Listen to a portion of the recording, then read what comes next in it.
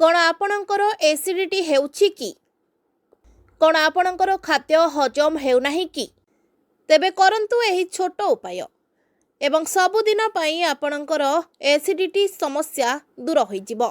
खाद्य खाइबा परे प्रतिदिन एहा करंतु एसिडिटी रो मुक्ति पाइबे। आजिकाली गैस पेट फुलिबा आंबिळा हेकुटी एवं एसिडिटी भली समस्या बहु साधारण होई गलानी। परिवर्तित जीवनशैली अस्वास्थ्यकर खाद्यपेय विलंबित राति खाइबा एवं चाप एहार सबुठारु बड़ कारण। अनेक लोक दिन सारा भल अनुभव करती किंतु रात्रि भोजन परे सेमाने पेटरे भारी अनुभव करती, गैस जमा हुए एवं खटा हेकुटी अनुभव करती। खाद्य परे एवं शोइबा पूर्वरु किछि सरल अभ्यास ग्रहण करिबा द्वारा एही समस्या गुड़िकरु रोका जाई परिबो।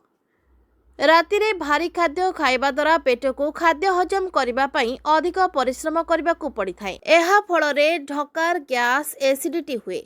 शोइबार अति कम रे 2 रु 3 घंटा पूर्वरु रात्रि भोजन करिबा को चेष्टा करंतु। आपणक रात्रि भोजन रे सबुज पनिपरिबा, सूप, लंका एवं सालाड भली हालुका खाद्य शामिल करंतु। खाइबा परे तुरंत शोइबा हजम पई क्षतिकारक। खाइबा परे 5 रु 10 मिनिट पई हालुका चालंतु। यह खाद्य को सहजरे हजम करिबारे सहाय्य करे एवं गैस गठन हेबार संभावना ह्रास करे। अदा हजम करिबारे सहाय्य करे एवं महू पेट को शांत करे।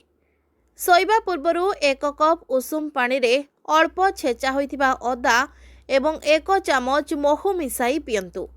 यह गैस एसिडिटी एवं खटा ढकारु मुक्ति दिए। शोइबा पूर्वरु गोटे ग्लास उषुम पानी पीबा बहुत लाभदायक।